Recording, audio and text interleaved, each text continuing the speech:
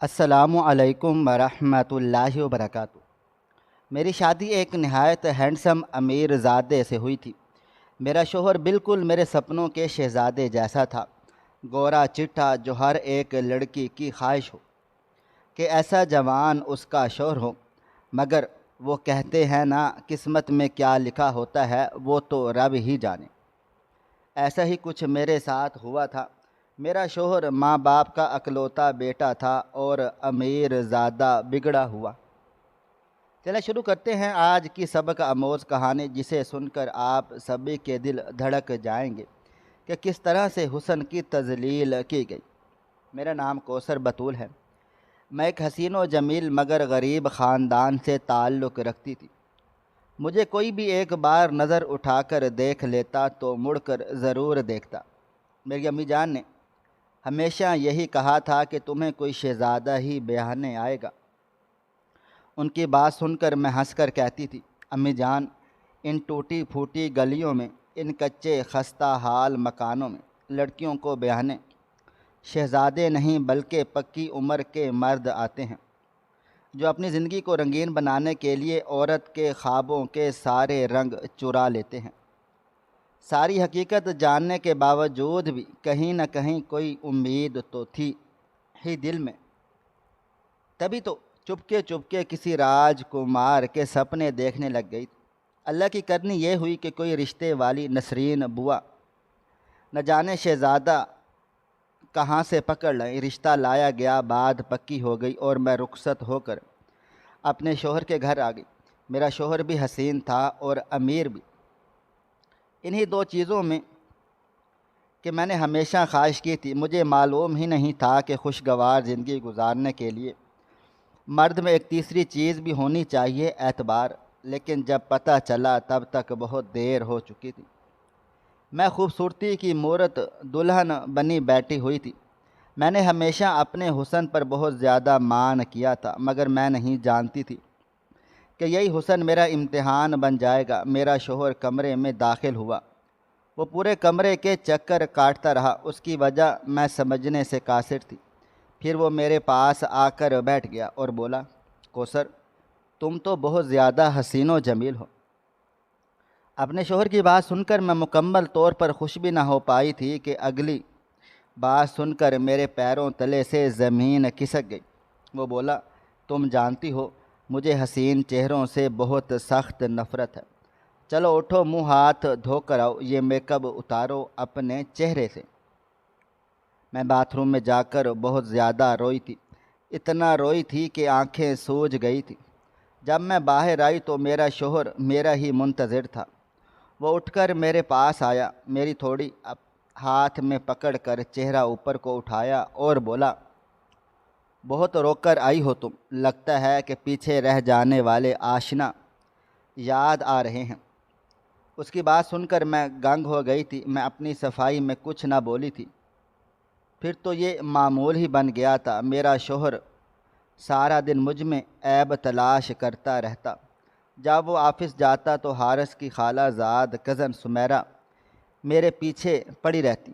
حارث نے میرے سجنے سنورنے پر پابندی لگا دی تھی، لیکن مجھے سجنے سنورنے کا بہت شوق تھا۔ جیسے ہی میرا شوہر آفس چلا جاتا میں خوب تیار ہوتی۔ میری ساس بھی میرے شوق پر مسکرا دیتی، لیکن سمیرہ مجھے بڑی عجیب سی نظروں سے دیکھتی رہتی۔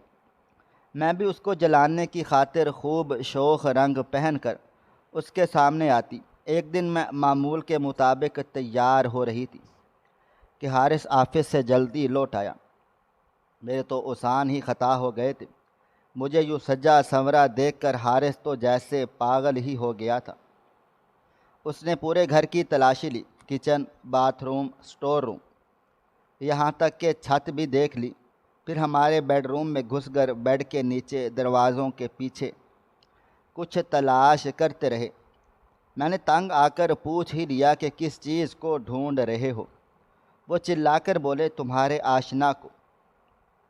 ان کی بات سن کر میں تو ڈہ ہی گئی تھی۔ مجھے تب سمجھ آئی کہ وہ ایسی بہکی بہکی حرکتیں کیوں کرتے رہتے ہیں۔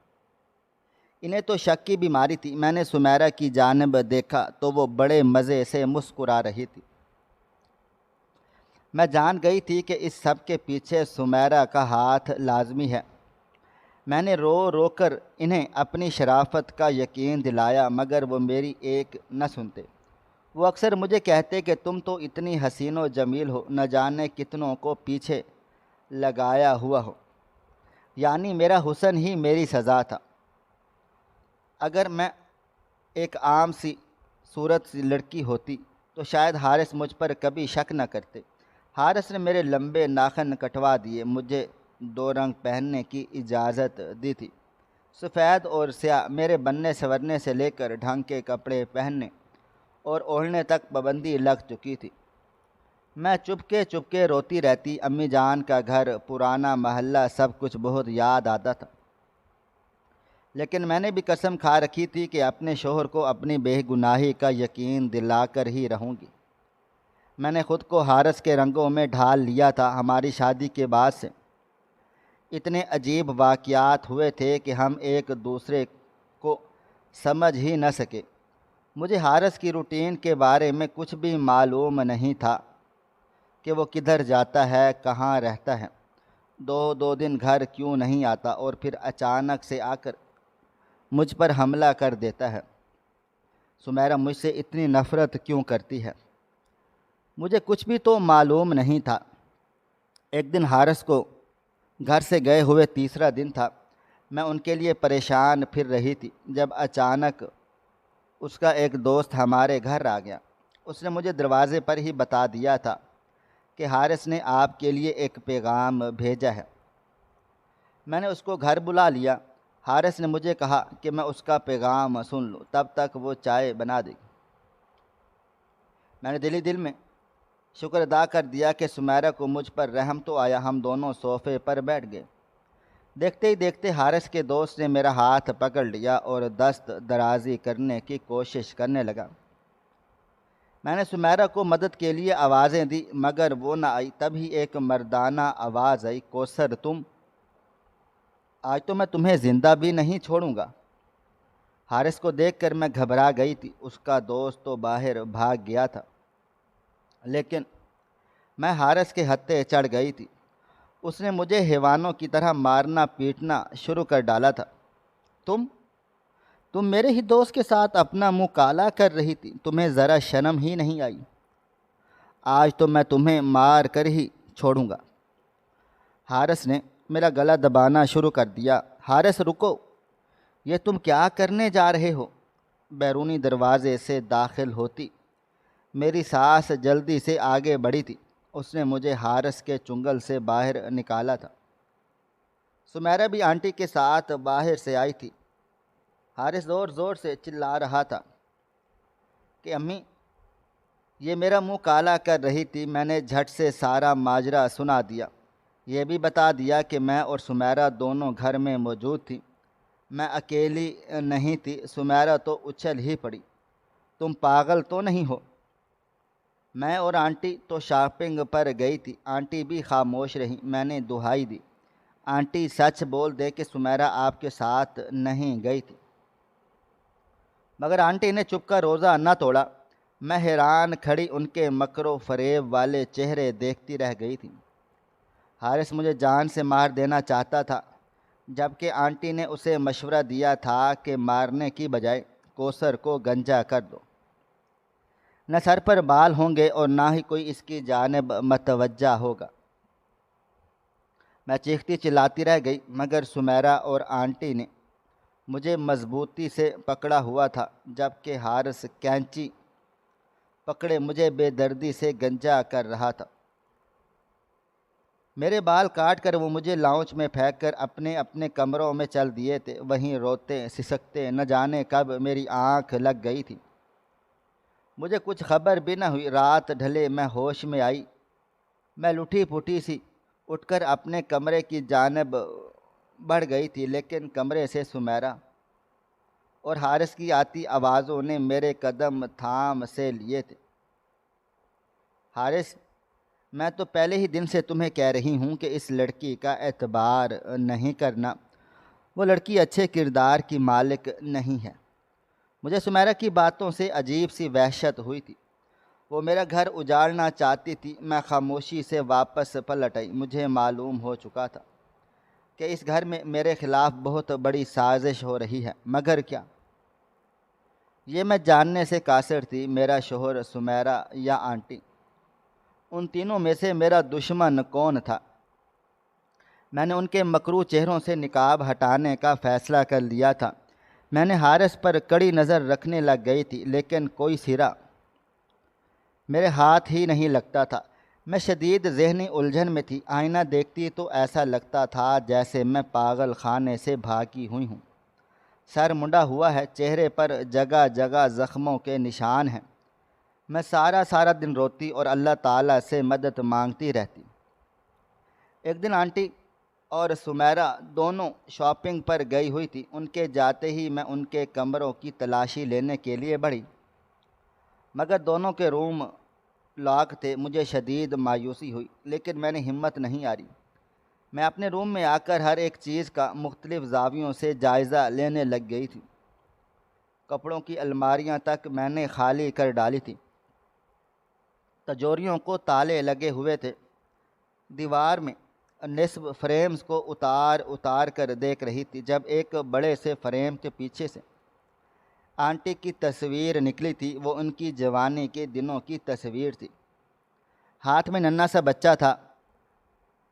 وہ کسی مرد کے ساتھ جڑ کر کھڑی ہوئی تھی، مگر یہ مرد تو حارث کے والد نہیں تھے۔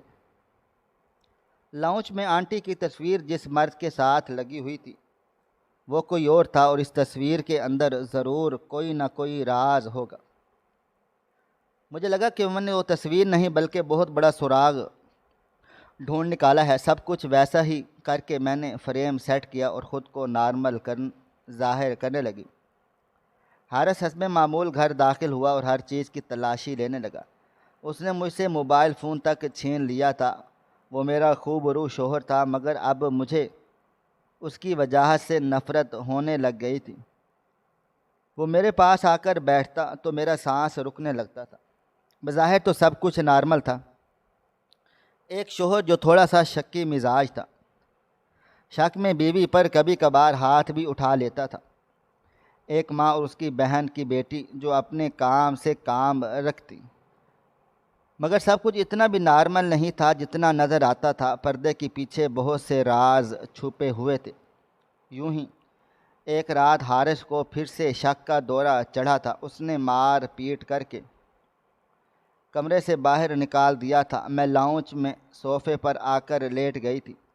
آدھی رات گزری ہوگی جب میں نے سمیرہ کو اپنے کمرے سے نکل کر حارث کے کمرے کی جانب بڑھتے ہوئے دیکھا تھا۔ اس رات مجھ پر یہ انکشاف ہوا تھا کہ سمیرہ میری اور حارث کی لڑائی کے بعد اس کے نزدیک ہونے کی کوشش کرتی ہے، لیکن وہ سمیرہ سے زیادہ کھل کر بات نہیں کرتا تھا۔ سمیرہ کے جاتے ہی میں نے بھی دروازے سے چپک کر کھڑی ہو گئی تھی۔ اندر سے حارث اور سمیرہ کی آوازیں آ رہی تھیں۔ حارث، اس کوثر کو کب ٹھکانے لگاؤ گے؟ طلاق دو، اس کو جان چھڑوا لو، اس بد کردار لڑکی سے۔ سمیرہ، تم نہیں جانتی، میرے لیے یہ سب اتنا آسان نہیں ہے۔ میں کوثر کو ایسے نہیں چھوڑ سکتا۔ وہ بد کردار ہے، یہ ماننے کو میرا دل ہی نہیں مانتا۔ حارث کا جواب سن کر میری آنکھوں میں نمی اتر آئی تھی۔ کرو بسر اپنی ایک بے وفا لڑکی کے ساتھ زندگی، تاکہ تمہارا قصہ پھر سے دہرایا جائے، ایک نئے حارث کو جنم دیا جائے۔ سمیرہ کا لہجہ زہر میں ڈوبا ہوا تھا۔ مجھے نفرت ہے دنیا کی ہر عورت سے۔ نکل جاؤ میرے کمرے سے، نہیں تو میں کچھ غلط کر بیٹھوں گا۔ حارث کی آواز میں جنون ہی جنون تھا۔ سمیرہ کمرے سے باہر آئی تو میں دروازے کی اوٹ میں چھپ گئی۔ کمرے سے چیزوں کی ٹوٹنے کی آوازیں آنے لگ گئی تھی۔ میں نے اس وقت کمرے میں جانا مناسب نہیں سمجھا تھا۔ حارث کی جنونی آوازیں مجھے بے چین کر رہی تھیں۔ مجھ سے مزید کھڑا نہیں ہوا گیا۔ میں آنٹی کے کمرے کی جانب بڑھ گئی تھی۔ ان کے کمرے سے بھی آوازیں آ رہی تھیں۔ جی سیٹھ صاحب، جو بویا تھا وہی کاٹ رہی ہوں، بس کاٹتے کاٹتے ہاتھ لہو لہان ہو گئے ہیں اور دل چھلنی چھلنی، ایک پل بھی سکون کا میسر نہیں ہے۔ حارث کی حالت روز بروز بگڑتی چلی جا رہی ہے۔ سمیرہ ہی ہے جو اسے سنبھالے ہوئے ہے۔ مجھے تو لگتا ہے اگر سمیرہ یہاں سے میرے پاس نہ ہوتی تو اب تک حارث میرے خون سے اپنے ہاتھ رنگ چکا ہوتا۔ آنٹی کی باتیں سن کر میں شدید خوف میں مبتلا ہو گئی تھی۔ میں جلدی سے صوفے پر ڈھیسی گئی تھی۔ اگلی صبح حویلی میں عجیب و غریب سرگرمیاں ہوتی رہی تھیں۔ میں ڈری سہمی ایک ایک چیز کو غور سے پرکھ رہی تھی۔ سارا دن حویلی میں خوب ناچ گانا ہوتا رہا۔ شام ڈھلی تو میں تیسری منزل کی چھت پر چلی گئی۔ یہاں میں پہلے بھی کئی بار آئی تھی، لیکن آج مختلف زاویے سے ہر چیز کا جائزہ لے رہی تھی۔ تبھی مجھے کسی کے چیخنے چلانے کی آوازیں آنے لگ گئی تھیں۔ وہ آواز میں نیچے لاؤنج سے آ رہی تھی۔ وہ حارث ہی تھا۔ چلو شکر ہے کہ میں ادھر ہی تھا، ورنہ آج پھر میری درگت بن جاتی۔ اب تو آنٹی کے بھی چیخنے چلانے کی آوازیں آنے لگ گئی تھیں۔ میں جلدی سے نیچے چلی آئی، لیکن اب سب کچھ نارمل ہو چکا تھا۔ میں روم میں آ کر بیٹھ گئی تھی۔ مجھے شدید رونا آ رہا تھا، لیکن حارث کی موجودگی میں رو نہ سکی۔ وہ میرے بڑے مزے سے ٹی وی دیکھ رہا تھا۔ حارث کا موبائل فون بجا۔ وہ کال پر کسی کے ساتھ بات کر رہا تھا۔ حارث بڑا پریشان سا باہر کی جانب بھاگا۔ میں نے کھڑکی سے اسے گاڑی میں بیٹھ کر گھر سے باہر جاتے ہوئے دیکھا تھا۔ میں نے جلدی سے الماری کھولی۔ سیف لاکڈ نہیں تھا۔ سب سے پہلے جس چیز پر نظر پڑی وہ شناختی کارڈ تھا۔ مگر یہ کیا؟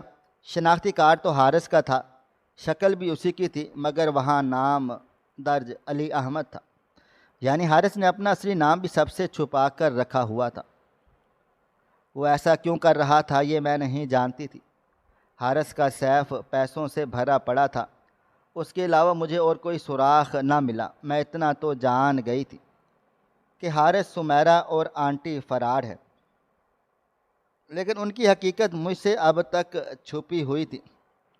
ان سب کے سامنے میں لاچار مسکین سی کوثر بطول بنی ہوئی تھی، جس سے ان کو کوئی خطرہ بھی نہیں تھا، مگر وہ نہیں جانتے تھے کہ اصل خطرہ ہی میں ہوں۔ میں نے ان کو بے نقاب کرنے کے لیے ہر حد سے گزرنے کا فیصلہ کیا تھا۔ مجھے اپنی جان کی پرواہ نہیں تھی۔ رات جب شیف کھانا بنا کر چلا گیا تو میں نے کھانے میں نیند کی گولیاں ڈال دی۔ ایسا کرتے ہوئے میرے ہاتھ بری طرح سے تھر تھر کانپے جا رہے تھے، لیکن میں کر گزری۔ ان تینوں نے رات کا کھانا بڑے شوق سے کھایا تھا اور کچھ دیر بیٹھے وہ راز و نیاز کرتے رہے اور پھر اٹھ کر اپنے اپنے کمروں میں سونے کے لیے چلے گئے تھے۔ میں نے آدھا گھنٹہ انتظار کیا تاکہ وہ مکمل طور پر بے ہوش ہو جائیں۔ ایک ایک لمحہ بڑی مشکل سے گزر رہا تھا۔ گھڑی پر آدھا گھنٹہ جیسے ہی گزرا، سب سے پہلے سمیرہ کے کمرے کی جانب بڑھی۔ وہ بے سدھ سو رہی تھی۔ میں نے اس کے کمرے کا جائزہ لینا شروع کر دیا تھا۔ ایک ایک چیز پلٹ کر دیکھ رہی تھی۔ ایسا کرتے ہوئے میرے ہاتھ زور زور سے کانپے جا رہے تھے۔ میں نے سمیرہ کی الماری کھولی، کپڑے بکھرے پڑے تھے۔ میں نے سیف کھولا، سیف میں تصویریں تھیں۔ میں وہ تصویریں دیکھ کر حیران و پریشان رہ گئی۔ ایک تصویر میں میرے ساتھ ایک لڑکا کھڑا ہوا تھا، وہ لڑکا جو میں نے کبھی زندگی میں بھی نہیں دیکھا تھا۔ کبھی میں اس کو آئس کریم کھلا رہی تھی تو کبھی ڈنر کرا رہی تھی۔ شاپنگ کرتے ہوئے میرے ساتھ وہ سادہ لباس ہی پسند کیا کرتا تھا۔ میں تو لرز ہی گئی تھی، یہ میں ہی تھا، مگر وہ لڑکا۔ بے بسی تھی آنکھوں میں ابھرنے والے آنسو پی کر میں اپنے منصوبے میں لگ چکی تھی۔ پھر اس منصوبے کے علاوہ بہت سے لڑکوں کے ساتھ میری تصاویر سمیرہ کے سیف الماری میں پڑی ہوئی تھی، مگر کیوں؟ یہ بات اب بھی مجھ پر افشا نہیں ہو سکی۔ سمیرہ کے کمرے کی چیزیں سیٹ کر کے میں آنٹی کے کمرے میں داخل ہو چکی تھی۔ آنٹی کے سیف سے بہت عجیب سی معلومات ملی تھیں، ایک ڈائری ملی جس پر بچے کی لکھائی میں لکھا گیا تھا، مجھے اماں سے سخت نفرت ہے۔ دوسرے صفحے پر لکھا گیا تھا، مجھے میرے بابا جان بہت یاد آتے ہیں، نئے ڈیڈ بہت زیادہ برے ہیں۔ آگے آگے راز کھل رہے تھے، مجھے عورتوں سے نفرت ہے، عورتیں بے وفا ہوتی ہیں۔ میری ماں نے میرے بابا جان کو چیٹ کیا ہے۔ سب کچھ صاف صاف درج تھا، میں ابھی ڈائری سے اور بھی معلومات سمیٹ رہی تھی جب اچانک سے کسی نے پیچھے سے میرا کندھا ہلایا تھا۔ میری ریڑھ کی ہڈی میں سنسنی دوڑ گئی تھی، مجھ میں اتنی ہمت نہیں تھی کہ میں پیچھے دیکھ سکوں۔ میں پتھر کا بت بن کر بیٹھی رہ گئی۔ وہ میرے دو ہاتھ آگے بڑھے اور وہ زمین پر بکھرے ہوئے کاغذات کو جلدی جلدی سمیٹنے لگے۔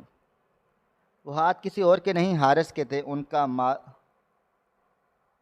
کو سیف میں رکھ کر مجھے بازو سے کھینچتا ہوا باہر لے گیا۔ روم کا دروازہ بند کر کے اس نے پھر سے میرا ہاتھ پکڑا اور مجھے اپنے کمرے میں لے گیا۔ میری حالت بلی کے شکنجے میں پھنسے ہوئے کبوتر کی سی تھی۔ وہ میری حالت سے محظوظ ہو رہا تھا۔ کوثر، میں بریانی شوق سے نہیں کھاتا، لگتا ہے تم نے ساری نیند کی گولیاں بریانی میں ہی ڈال دی تھی۔ ایک دو گولیاں قیمے میں بھی ڈال دینی تھی نا، وہ کہہ کے مار کر کہہ رہا تھا۔ میں تو کب سے تمہارا انتظار کر رہا تھا کہ تم کمرے میں آؤ اور میں تم سے کچھ نہ کچھ ضرور کہوں، کچھ تمہاری سنوں، مگر آج تو تم نے انوکھا ہی کام کر گئی ہو۔ تمہیں یہ سب کچھ نہیں کرنا چاہیے تھا۔ وہ عجیب عجیب باتیں کرتا چلا جا رہا تھا۔ میں شدید گھبرائی ہوئی تھی۔ اس نے مجھے ایک کرسی پر رسی کے ساتھ باندھ دیا اور خود سونے چلا گیا۔ مجھے یقین ہے تم یہ رسیاں کھول نہیں پاؤ گی، تم مجھے چھوڑ کر نہیں بھاگو گی۔ میرے سر میں درد ہے، مجھے سونا ہے۔ اس کی بات سن کر میں ساری رات روتی رہ گئی تھی۔ اللہ تعالیٰ سے مدد کی فریادیں کرتی رہی۔ مجھے نہیں معلوم تھا کل کو کیا ہوگا۔ دعا کرتے کرتے نہ جانے کب میری آنکھ لگ گئی۔ آنکھ تب کھلی جب مجھ پر کسی نے ٹھنڈا ٹھنڈا پانی انڈیلا تھا۔ میرے سامنے سمیرہ شیرنی بنی کھڑی ہوئی تھی۔ تمہاری ہمت کیسے ہوئی مجھے نیند کی گولیاں دینے کی؟ وہ میرے منہ پر تھپڑ مار کر چلاتی رہ گئی، مگر جب وہ سائڈ پر ہوئی تو آنٹی آگے بڑھی۔ جی بیٹے، کیا معلومات حاصل کر لی ہیں آپ نے؟ وہ اپنے فریبی لہجے میں بولی۔ وہی جو تم سب کی حقیقت ہے، تم سب میرے دشمن ہو، دھوکے باز ہو۔ میں چیخ رہی تھی۔ آرام سے، زیادہ چلاؤ نہیں۔ کرسی پر بندھی ہوئی بیٹھی لڑکی، کچھ تو ترس کھاؤ۔ آنٹی بولتی چلی جا رہی تھی۔ دیکھو، اس ڈائری سے تمہیں کتنا سچ معلوم ہو گیا ہوگا۔ میں تمہیں سب تفصیلات سے بتاتی ہوں، غور سے سننا، لیکن پہلے اس کے ہاتھ کھولو، اسے آزاد کرو۔ انہوں نے حارث کی طرف اشارہ کر دیا تھا۔ حارث نے میرے ہاتھوں میں سے رسیاں کھول دی تھی۔ آنٹی آگے چلنے لگی اور مجھے اپنے پیچھے آنے کا اشارہ کیا۔ میں بھی ان کے پیچھے پیچھے چلتی ہوئی ان کے بیڈ روم میں داخل ہو چکی تھی۔ صوفے پر بیٹھ کر انہوں نے مجھے بھی بیٹھنے کا اشارہ کر دیا تھا۔ میں بھی بیٹھ گئی تھی۔ وہ بلا تمہید شروع ہو چکی تھی۔ کوثر بیٹے، مجھے معلوم ہے کہ تم مجھ سے نفرت کرتی ہو۔ تمہیں لگتا ہے کہ میں چاہتی ہوں کہ حارث تمہیں مارے پیٹے، مگر ایسا نہیں ہے۔ مجھے تم بہت زیادہ عزیز ہو، بالکل اپنے بچوں کے جیسی لگتی ہو۔ وہ بولتی چلی جا رہی تھی اور میں خاموشی سے سنتی رہ گئی تھی۔ حارث کو عورتوں سے نفرت اپنی ماں کی وجہ سے ہوئی ہے، یعنی کہ میری وجہ سے۔ میں نے حارث کے باپ کو دھوکہ دیا تھا۔ میں ان کی بات سن کر حیران رہ گئی تھی۔ میری اور اسلم یعنی حارث کے باپ کی محبت کی شادی تھی۔ حارث کی پیدائش کے بعد میں نے اسلم کے دوست کے ساتھ راہ و رسم بڑھا لیے تھے۔ میں اتنا زیادہ گر گئی تھی کہ ہم ہر روز ملنے جلنے لگ گئے تھے۔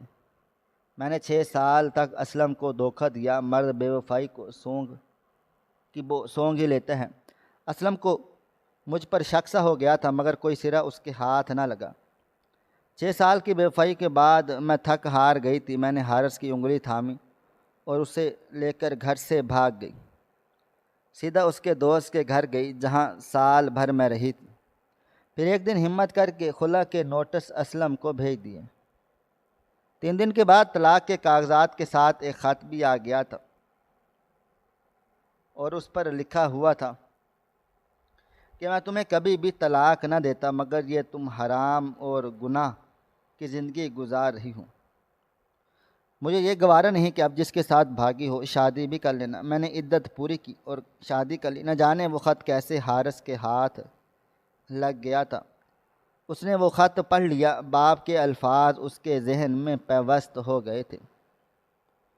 وہ مجھے اکثر کہتا تھا کہ آپ گناہ کی زندگی گزار رہی ہیں۔ آپ نے میرے باپ کو دھوکہ دے دیا ہے۔ جسے وہ بڑے بڑا ہوتا چلا گیا اس کا جنون بڑھتا چلا گیا تھا اور وہ میری شکل بھی دیکھنا بھی نہیں چاہتی تھی۔ ڈاکٹر نے بتا دیا یہ کسی کی بھی جان لے سکتا ہے، اس لیے میں نے اس کے سوتیلے باپ یعنی سیٹھ صاحب کو لندن بھیج دیا تھا۔ حارث کا اصلی نام تو علی احمد تھا لیکن اس نے اپنا نام بھی بدل لیا۔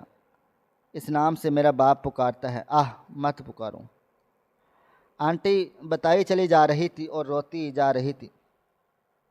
میرے بھی خاموش آنسو بہے چلے جا رہے تھے۔ اس کی بگڑتی حالت کے پیش نظر میں سمیرہ کو لے کر آئی اور سمیرہ اور حارث کی خوب دوستیاں ہیں۔ اگر سمیرہ نہ ہوتی تو میں اب تک زندہ بھی نہ ہوتا۔ اور یہاں تک بات ہے تمہارا سر منڈوانے کی تو وہ میں نے تمہاری جان بچانے کے لیے یہ سب کچھ کیا تھا، نہیں تو حارث تمہیں جان سے مار دیتا۔ میں جانتی ہوں اپنے حارث کو۔ آنٹی خاموش ہوئی تو میں بولی، اور وہ جو میری تصاویر بنائی گئی ہیں اس طرح لڑکوں کے ساتھ وہ۔ آنٹی میری طرف باتیں سن کر حیران رہ گئی تھی۔ کون سی تصاویر؟ وہی جو سمیرہ کے سیف الماری میں پڑی ہیں۔ میں نے غصے سے کہا، ایسی تو کوئی تصاویر ہے ہی نہیں۔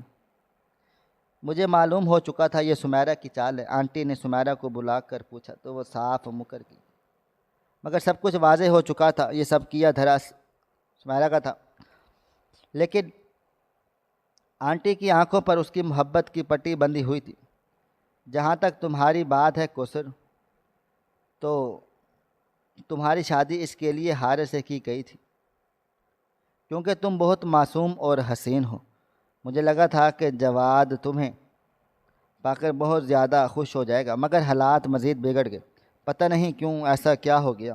آنٹی سب کچھ بتا کر صوفے سے اٹھ کر باہر نکل گئی۔ مجھے حارث پر بڑا پیار آیا۔ وہ تو اس سب میں بے قصور تھا۔ اب سب کچھ میری آنکھوں کے سامنے تھا، بس یہ میں حارث اور آنٹی کو دکھانا چاہتی تھی۔ سارا دن سب اپنے اپنے کمروں میں بیٹھے خاموش تھے۔ میں لان میں بیٹھی تھی۔ رات سب کھانا کھا کر اپنے اپنے کمروں میں چل دیے۔ میں صوفے پر لیٹ گئی۔ مجھے یقین تھا آج سمیرہ پھر حارث کے پاس جائے گی، اور آج سمیرہ پھر حارث کے پاس جانے لگی، لیکن وہ نہ گئی۔ یوں ہی 3 راتوں میں نے لاؤنج کے باہر صوفے پر گزار ڈالی۔ آخرکار چوتھی رات میں سمیرہ کو حارث کے کمرے کی جانب جاتے دیکھا گیا۔ میں خاموشی سے اٹھی اور آنٹی کے کمرے کی جانب بڑھ گئی۔ آنٹی کو میں اپنے ساتھ چلنے کو کہا تھا۔ وہ حیران پریشان سی میرے ساتھ چل پڑیں۔ میں نے انہیں خاموش رہنے کو کہا۔ میں انہیں اپنے بیڈ روم کے پاس لے کر آ گئی تھی۔ میں حیران و پریشان نہیں تھی کہ سمیرہ آنٹی کے خلاف کچھ آج بولوں یا نہیں۔ سمیرہ حارث کے ساتھ محو گفتگو تھی۔ حارث میری بات کا یقین کرو، خالہ نے اپنی جیسی ہی بد کردار لڑکی تمہارے لیے چن رکھی ہے تاکہ تم ساری زندگی اس کا دھیان کرتے گزار ڈالو، اور وہ اپنے شوہر کے پاس جا کر ہنسی خوشی زندگی بسر کرنے لگی۔ وہ میری خالہ ہے، میں اچھی طرح سے جانتی ہوں۔ میں اچھی طرح سے ان کی نیت کو جانتی بھی ہوں، سمجھتی بھی ہوں۔ تم اسے طلاق دے کر مجھ سے شادی کر لو، ہم دونوں مل کر خالہ سے بدلہ لیں گے، اور وہ تصاویر جو میں تمہیں اکثر لا کر دکھاتی رہتی ہوں، کیا وہ ثبوت کم ہے؟ میں نے آنٹی کی طرف دیکھا تو وہ رو رہی تھی۔ مجھے نہیں معلوم تھا کہ ڈائن تو سمیرہ ہے۔ ہم دونوں کچھ بھی کہے بغیر پلٹ گئیں۔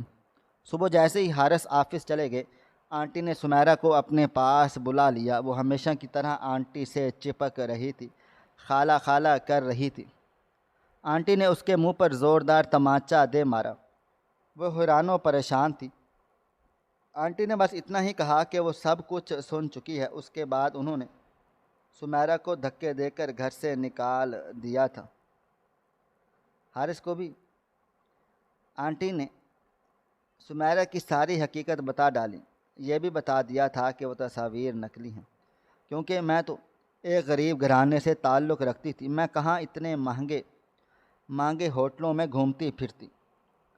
حارث نے دل سے اعتراف کر لیا کہ انہیں میری پاک دامنی پر پورا یقین ہے۔ یہ ان کا نفسیاتی مسئلہ ہے، جس کی وجہ سے وہ میرے ساتھ برا سلوک کرتے تھے۔ ایک تو بچپن کا غم، پھر 4 سال سے سمیرہ جیسی دوست کا ساتھ ان کے مسائل اور بڑھا گیا تھا۔ ہم نے نفسیاتی ڈاکٹر سے ان کا علاج کروانے کا سوچا تھا۔ اب میری شادی کو 2 سال ہو چکے ہیں۔ حارث نہایت اچھے اور خیال رکھنے والے شوہر ثابت ہو رہے ہیں۔ میری زندگی جنت بنتی چلی جا رہی ہے۔ اب بھی کبھی کبھار حارث کو شک کا دورہ پڑ جاتا ہے، پھر بعد میں وہ مجھ سے معافی مانگ لیتے ہیں۔ ان کا علاج چل رہا ہے۔ امید ہے کہ ایک نہ ایک دن سب کچھ بہتر سے بہترین ہو جائے گا۔ محبت کی اصل مٹھاس اس رشتے میں ہے جہاں 2 دل ایک دوسرے کے لیے سکون بن جائیں۔ میاں بیوی کا تعلق صرف ذمہ داریوں کا نہیں، بلکہ دلوں کی قربت اور روحوں کی ہم آہنگی کا نام ہے۔ وہ لمحہ کتنا حسین ہوتا ہے جب شوہر تھکن سے لوٹے اور بیوی کی مسکراہٹ اس کے دل کو ہلکا کر دے۔ وہ گھڑی کتنی دل نشین ہوتی ہے جب بیوی خاموشی سے شوہر کے ہاتھ تھام کر کہے، تم میرے لیے سب کچھ ہو۔ اصل میں عورت اور مرد ایک دوسرے سے بہت سادہ چیزیں چاہتے ہیں۔ عورت چاہتی ہے کہ اس کا شوہر اسے توجہ دے، عزت دے، اس کی بات کو اہمیت دے اور اسے دل سے چاہے۔ عورت کو سکون تب ملتا ہے جب وہ جانتی ہے کہ اس کا شوہر صرف اس کا ہے، اس کی ہنسی اور آنکھوں کی چمک دمک صرف اسی کے لیے ہی ہے۔ دوسری طرف مرد چاہتا ہے کہ اس کی بیوی اس پر اعتماد کرے، اس کے خوابوں میں اسی کا ساتھ دے اور اس کی زندگی کو اپنی محبت سے جنت بنا ڈالے۔ مرد کے لیے سب سے بڑی خوشی یہ ہے کہ اس کی بیوی اس پر فخر کرے اور ہر حال میں اس کے ساتھ کھڑی ہو۔ یہی وہ چھوٹی چھوٹی خواہشیں ہیں جو میاں بیوی کے رشتے کو مکمل بنا دیتی ہیں۔ کبھی ایک دوسرے کی آنکھوں میں جھانکنے سے دل کی بات کہہ دینا، کبھی ایک دوسرے کی خاموشی کو سمجھ لینا، یہی وہ لمحے ہیں جو زندگی کو خوشبو اور سکون سے بھر دیتے ہیں۔ محبت جب نکاح کے بندھن میں ڈھلتی ہے تو وہ صرف دلوں کو نہیں، گھروں کو بھی روشنیوں سے بھر دیتی ہے۔ میاں بیوی کا رومانس وہ خوشبو ہے جو زندگی کو جنت کا سا سکون بخشتا ہے۔ ناظرین، آپ کو ہماری آج کی کہانی کیسی لگی؟ کومنٹ باکس میں اپنی رائے کا اظہار ضرور کریں۔ مزید اس طرح کی سبق آموز کہانیاں سننے کے لیے ہماری ویڈیوز کو لائک کریں، شیئر کریں اور ہمارے چینل کو ضرور سبسکرائب کر لیں۔ ملتے ہیں کل ایک نئی اور دلچسپ کہانی کے ساتھ۔ تب تک اپنا ڈھیر سارا خیال رکھیے گا۔ اللہ حافظ۔